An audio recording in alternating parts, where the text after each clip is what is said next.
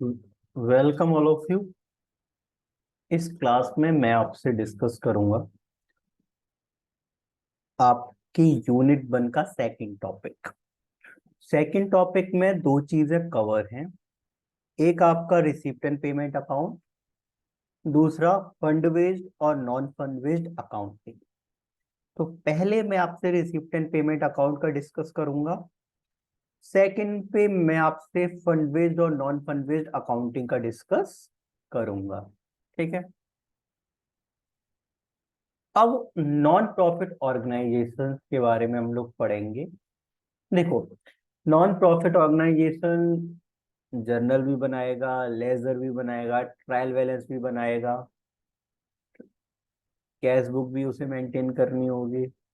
लेकिन जब वो फाइनल अकाउंट बनाएगा ना, तो थोड़ा सा डिफरेंस क्रिएट होगा। तो जब वो फाइनल अकाउंट बनाएगा तो उसमें उसको 3 अकाउंट बनाने पड़ेंगे: receipt and payment, income expenditure और बैलेंस शीट। आपको याद होगा, जब कोई profit organisation, normal company, firm जब अपनी फाइनल अकाउंट बनाती थी तो उसमें ट्रेडिंग अकाउंट बनाती थी, प्रॉफिट एंड लॉस बनाती थी और बैलेंस शीट बनाती थी। लेकिन नॉन प्रॉफिट में एक रिसिप्ट एंड पेमेंट अकाउंट बनेगा जो कैश बुक की समरी होगा, second income and expenditure account बनेगा, थर्ड बैलेंस शीट बनेगी। ठीक है। अब रिसिप्ट एंड पेमेंट अकाउंट की आपसे मैं बात करूंगा। मुझे नहीं लगता कि मेरे को पीपीटी का रीड करने की जरूरत है, मैं आपको मतलब बता देता हूँ, रीड आप खुद कर लीजिएगा। ये इसलिए है आप लोगों की हेल्प के लिए। Receipt and payment account, sir, receipt and payment account एक रियल अकाउंट है। अब इसमें क्या होता है, जितना भी कैश और बैंक का ट्रांजेक्शन हुआ है, सीधी बात, कितना पैसा आया और कितना पैसा गया, बस वो बात आपसे रिसिप्ट एंड पेमेंट अकाउंट करेगा। आपने मानो कोई खर्चा किया, आपने रेंट का पेमेंट कर रहे हो हर महीने या सैलरी दे रहे हो हर महीने, तो जितना भी रेंट का पेमेंट किया है सबका टोटल एक बार में किस में आ जाएगा, रिसिप्ट एंड पेमेंट अकाउंट की पेमेंट साइड। सेम तरीके से 50 लोगों को 50 बार सैलरी दी है, 50 लोगों को 12 बार सैलरी दी है, 3 बार दी है, पूरा टोटल सैलरी का एक बार में सैलरी के एड में पेमेंट में। सेम इनकम के साथ 100 लोगों ने आपको डोनेशन दी है, तो डोनेशन का पूरा टोटल एक बार में रिसिप्ट में। तो सीधा सीधा receipt and payment accounting summary होता है, कितना कैश ट्रांजेक्शन हुआ, कितना कैश पैसा आपके पास है। ठीक है ना। पैसा आया तो डेबिट हो जाएगा, गया तो क्रेडिट हो जाएगा। अब इसमें शुरुआत होती है ओपनिंग बैलेंस से। कैश और बैंक का ओपनिंग बैलेंस खत्म होता है क्लोजिंग बैलेंस के साथ। और ये डबल एंट्री का पार्ट नहीं होता है, क्योंकि पैसा आया गया देखना है। तो सर कई बार आउटस्टैंडिंग भी मिलता है, कई बार एडवांस भी मिलता है, देखना ही नहीं है, जो भी मिले पूरा लिख लो। ठीक है। पीरियड से कोई मतलब नहीं, जितना पैसा मिला है वो लिख लेंगे। अब इसके फीचर्स, पहला रियल अकाउंट है, समरी होता है कैश बुक की। दूसरा, फर्क ही नहीं पड़ता कब का पैसा मिला है, बनाएंगे तो हम 1 अप्रैल से लेके अगले साल की 31 मार्च तक का, लेकिन इस पीरियड में जहां जहां से पैसा मिला है टोटल लिखा जाएगा। तीसरा है, चाहे कैपिटल नेचर का हो चाहे रेवेन्यू नेचर का हो, फर्क ही नहीं पड़ता, कैश रिसिप्ट और कैश पेमेंट आपको लिखना है। चौथा, ना तो आपको फर्क पड़ेगा कैश में मिला या बैंक में मिला है, सीधा आया और गया। देखो, कैश और बैंक दोनों एक ही हैं हमारे लिए रिसिप्ट एंड पेमेंट अकाउंट बनाते वक्त। पांचवा, अब ये केवल कैश की बात करता है, तो जो नॉन कैश आइटम्स हैं, डेप्रिसिएशन, आउटस्टैंडिंग, एक्यूड, अनएक्यूड, उनका कोई एडजस्टमेंट नहीं है। इंटरेस्ट ऑन कैपिटल कोई एडजस्टमेंट नहीं, ये नॉन कैश आइटम्स का कोई एडजस्टमेंट नहीं होगा। छठा पॉइंट, ओपनिंग बैलेंस और क्लोजिंग बैलेंस दोनों लिखे जाएंगे। क्लियर ना। ओपनिंग बैलेंस भी आएगा कैश और बैंक का, और क्लोजिंग बैलेंस भी आएगा कैश और बैंक का। रीड कर लीजिएगा, मैं इसको टेलीग्राम पे पूरा अपलोड कर दूंगा। अब सर हमको लिस्ट बताइए रिसीप्ट की और पेमेंट की। तो ये आपके सामने लिस्ट है, रिसीप्ट की, पेमेंट की, receipt, donation, entrance fees, legacy, sale of investment, ऐसी पेमेंट की ये लिस्ट है। Purchase of fixed assets, sport material, security, इसमें देख पा रहे हो गया, ठीक है ना। इसमें कुछ कैपिटल नेचर के भी और रेवेन्यू नेचर के भी। सर अब अकाउंट दिखाइए, रिसिप्ट एंड पेमेंट अकाउंट कैसे बनता है। तो ये आपके सामने है, देखो, receipt and payment account for the year end में, receipt side, payment side, opening balance, closing balance. Sir bank का तो हमारा अनफेवरेबल बैलेंस भी हो सकता है, क्रेडिट बैलेंस भी हो सकता है, बैंक ओवरड्राफ्ट। हाँ, अगर बैंक ओवरड्राफ्ट है तो आपका क्रेडिट साइड में वाई बैलेंस बीडी। सर क्या कभी कैश का क्रेडिट बैलेंस हो सकता है?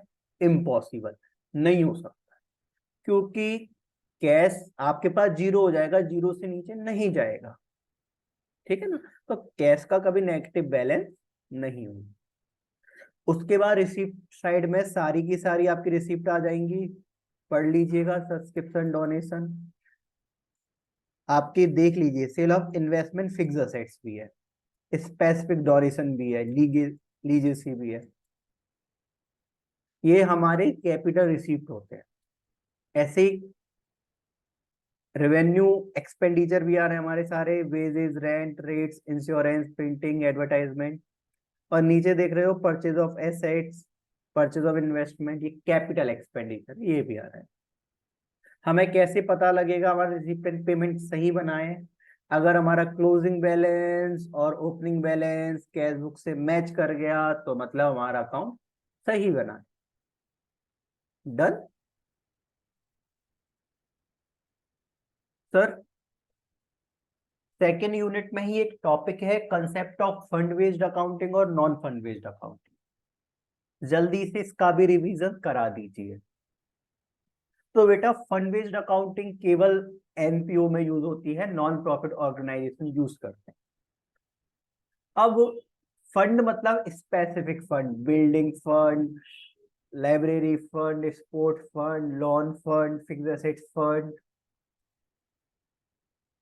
अब ये जो आपके एनपीयूज होते हैं इनको अकाउंटिंग करनी पड़ती है रिसीप्ट की और पेमेंट की।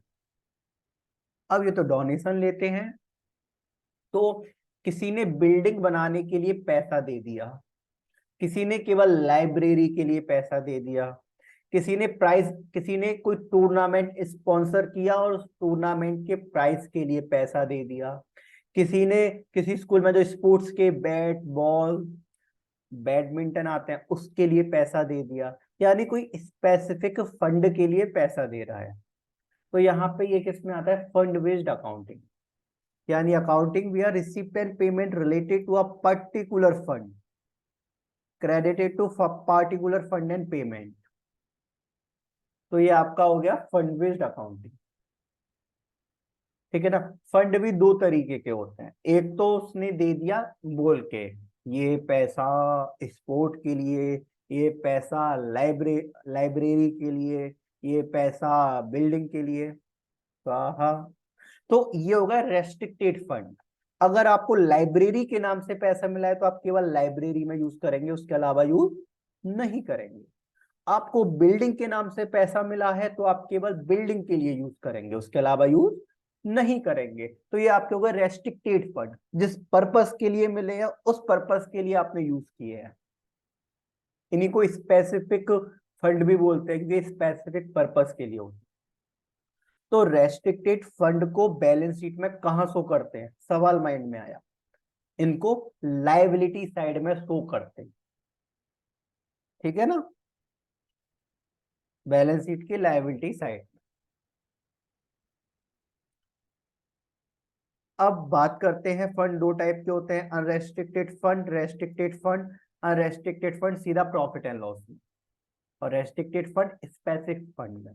जैसे फिक्स्ड असेट फंड बनाया, डोनेशन मिली, बिल्डिंग बनाने के लिए, पैसा बढ़ गया, बिल्डिंग बनाने में एक्सपेंडिचर हो गया तो पैसा गया, फिक्स्ड असेट फंड कम हो गया। इस तरीके से ये काम करते हैं। अब non fund based accounting, non fund based accounting मतलब ये प्रॉफिट मोटिव ऑर्गेनाइजेशन यूज करते हैं। इनका काम होता है प्रॉफिट अर्न करना सीधा सीधा।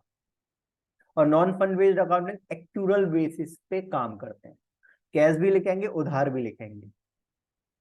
तो ये बिजनेस यूज करते हैं, तो यहाँ पे सेपरेट एंटिटी होती है, मालिक अलग बिजनेस अलग। यहाँ पे बिजनेस अपने कंबाइंड रिसोर्सेज को यूज करता है, ठीक है ना।